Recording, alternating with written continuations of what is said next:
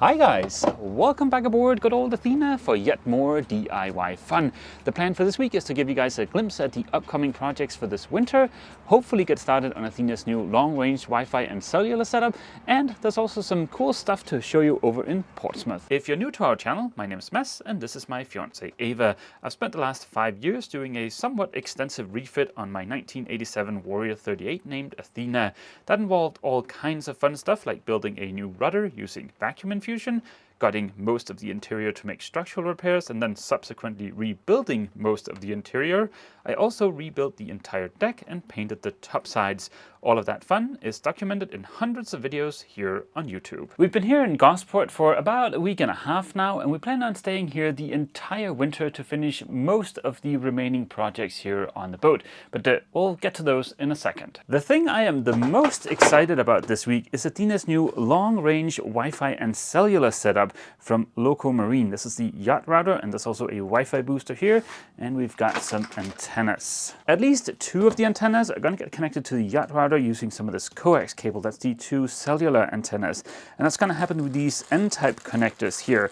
Now these require a crimping tool. I've ordered one, and I really hope I've ordered the right one. The crimp tool should show up tomorrow. If I've ordered the right one, then we can forge ahead with this project, which I am very excited about.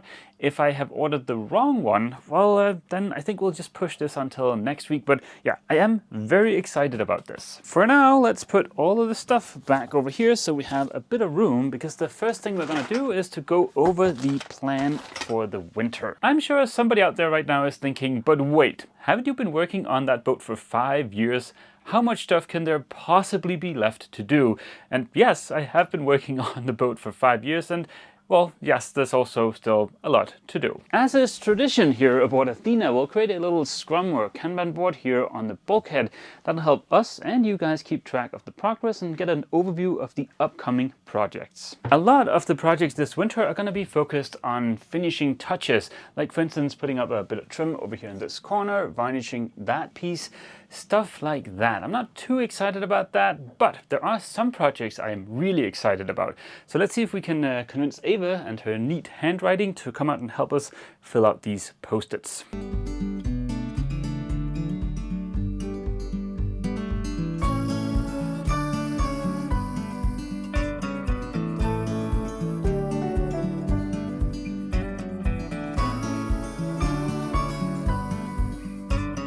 This is going to be a lot of work. Now, not all of these tasks are critical to sail, and not all of these tasks are going to be fun or exciting, but there's also some of those not fun or exciting tasks that are actually going to make a big difference here aboard Athena. An example of such a task could be this one called water filter.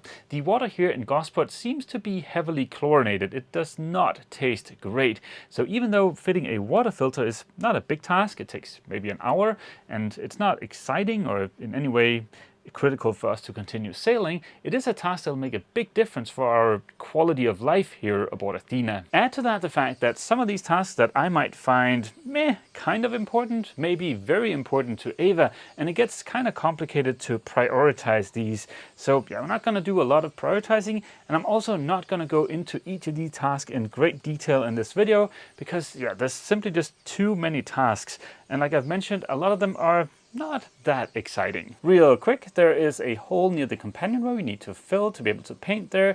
We need a mattress for the aft cabin. We need doors for the companionway, so we can use both the washboards and doors. That's going to be a good one. We need to varnish, paint. We need to put in some vibration-free locker doodads for the engine axis, because those vibrate and they make a heck of a noise when we're sailing.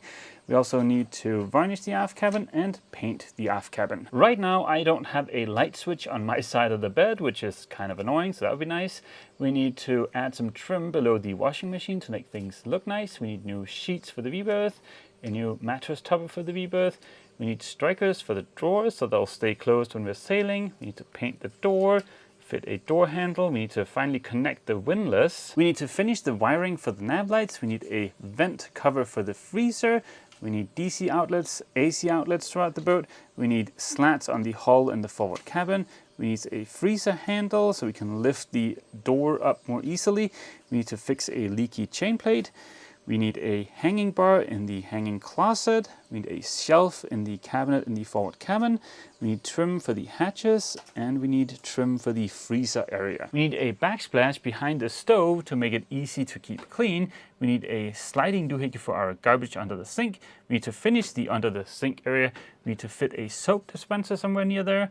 We need to have some shelves in the galley so we can utilize the storage more efficiently. We need to attach the cushions here in the saloon so not sliding around when we're sailing. We need to have some trim for the cabin top corners. We need to put in a floor. That's an exciting one. We need to cover the hole in the kitchen island that's down here for access to the diesel tank. There's a bunch of trim that needs varnishing. We need shelves in the locker here by the settee. We need some chain plate covers on the inside of the boat to make everything look nice. We need shelf book bar near the settee. We need a settee table. I know Ava's very excited about that one. I think that's why she put an exclamation point there. We need to secure the kitchen island. It can actually take 6 bolts. Right now it's just 4 bolts that's holding it in place. We need to hook up the second diesel tank and also get a pump there so we can transfer diesel into that. And we need some trim for the hatch here in the settee. Here's that task with the water filter. We need to seal around the countertop to make sure we don't get any water in there. We need to finish building the nav station. That's just some finishing touches. We need to put in the backrest at the nav station and also secure the seat. We need to cover the hull underneath the nav station to make it look nice. We need to put some laminate on the nav station table. We need to secure the safety bar in the galley. We need to lock the stove some way. That's going to be an exciting one to figure out. We also need to mount the pot holder on the stove and also rewire the stove. In the head, I need to finish the toilet paper holder, also seal around that countertop. We need to hook up a fan for the heater below the sink so we can heat up the head during the winter. We need to hook up the in-floor heating in the shower. We need a door handle. We need to paint the door. We need a toe thing for Ava in the shower. We need a stainless steel vent cover. We've got it, just need to mount it. We need a new seal for the tech compartment. I just need a seal that's a little bit thicker than the one we've got now, so it's going to be absolutely watertight. We need to sand and varnish a bunch of trim in the head. We also need to paint the drawers and the shelves. Those are just raw plywood right now. We need a floor in the head, and we also need trim underneath the head. These tasks are color coordinated so that all the blue tasks here are related to the aft cabin or the companionway. All of these orange ones are related to the forward cabin. All of the yellow ones are related to the saloon, and all of the pink ones here are related to the head, and the green ones over here are sort of miscellaneous. I need to finish installing the brain box for our sound system. I need to insulate the lockers everywhere so we don't have issues with condensation. This is an important one, and I think that might be coming up next week. We need to finish the headliner throughout the boat, whether that be with some kind of fake leather or with paint, we don't really know yet. We need to install some kind of water maker. Still have not decided which make or model. We need to do some modifications to our wind vane before we can reinstall it. We need a stainless divider in the fridge so we don't accidentally freeze our food. We need a high water alarm in the bilge. We need an emergency bilge pump. We also need to talk to a rigger about our in-mast furling and some other little things about the boat. I've already done that. I'm waiting for a quote. We need to tidy up the wiring throughout the boat because it's a little bit messy already. We need a long-range Wi-Fi and cellular setup. That's the one we're maybe going to get started on this week. We need lights in the cockpit. That one we've actually already done. We need a canvas extension for the Dodger. We need solar, and we need to fix the arch. We're already waiting for some quotes for this canvas stuff, so let's put that one into doing. We already have put up the lights in the cockpit. I did that last week, so that one is done. And we can move the in-mast furling one to doing, and also the long-range Wi-Fi and cellular. That was a lot of yammering on. I'm pretty sure you guys might have missed a couple of the exciting ones and just me running through them real quick. So yeah, let me just highlight a few of these that I'm very excited about. There's the arch and the solar task down here. As you might have guessed by the names, that involves slapping some solar panels on the top of our arch here. But first we have to make sure that it's actually going to be strong enough to carry those, and also the dinghy when we're doing coastal cruising. Even though I have no idea of which make or model to go with yet, the water maker task is also very exciting to me because it's a vast topic and there are tons of products out there, and I'm really excited to kind of break that down and figure out what we should do there. I'm also very excited about the long-range Wi-Fi and cellular because it's tech and, well, I love tech and we're highly dependent on being online. I don't want to run through all of the tasks again, so I'll limit myself to just one more, and that is going to be the floor. That may seem like an odd one to be excited about, but I think we've found a really cool product. Right now, our cabin sole is painted plywood. We painted it to protect the plywood so we don't get any oil or water or other yucky stuff sucked into it. Now, on many boats, you'll see teak and holly veneered plywood, which is fine, but the problem is that teak and holly outer veneer is super thin, so you can kind of easily wear through that, and then you're in for a world of problems. But we've found a synthetic alternative that is gonna look awesome and is gonna be super durable. Let's check in with Ava and see which tasks she's the most excited about. First and foremost, I am most excited for the settee table, so we can finally sit down and eat all of our meals at a table. Next, I'm looking forward to getting shelves in all of the lockers. As you can see, it's all a bit of a mess right now, but once those are in, we'll be able to organize it and it'll be so nice. Next is the floor. I'm really looking forward to that. I think it's gonna really warm the boat up and help everything feel more put together. And I'm really looking forward to our companionway project. We're gonna be making doors so we can have both the doors and washboards for when we're sailing. Last week I showed you Gosport. This week I'll show you Portsmouth. And that's one of the good things about staying here in Gosport is that Portsmouth is just a quick ferry ride away. On the ladder, out the gate, just across the street, and there's the ferry. And away we go. That's Portsmouth over there. That big tower right there is Spinnaker Tower. It's built to resemble, well, a spinnaker, and you can ride the elevator up to the top and eat at the restaurant. It was actually built for the millennium, but they didn't finish building it until 2005. We made it.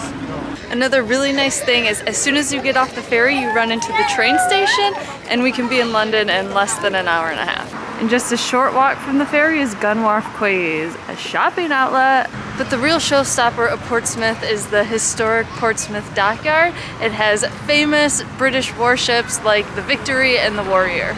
If you're gonna be in Portsmouth for a while, I suggest getting the year-long Explorer Pass. For 3 attractions, I think it was £33, but for the entire year, it's £44, and you can come whenever you want. And we're gonna go inside and check out this baby behind me, the HMS Warrior. There she blows. The HMS Warrior was built in 1860 and was Britain's first iron-hulled armored battleship, and I am telling you, it is a sight to behold. The hull of the ship was made out of 4.5-inch thick wrought iron plates attached to this timber. The whole thing was about 2 feet thick. She was a beast. Look at that anchor. There's 2 of them. That's a lot of sanding. Ooh, I would not want to be in charge of organizing these lines. Look at these massive shackles. All right, 3 wheels. I think they're just trying to show off now. Send out the cannons! See, this is what we're missing on Athena, a bed for the lines. It took 2,000 people working non-stop day and night to finish the Warrior, and during the entire construction, she was constantly in the paper. One day people would say, the boat will never be done, she's gonna be in financial ruins, and the next they would fly the British flag and the people would cheer, but then on December 29th, 1860, she was launched into the water.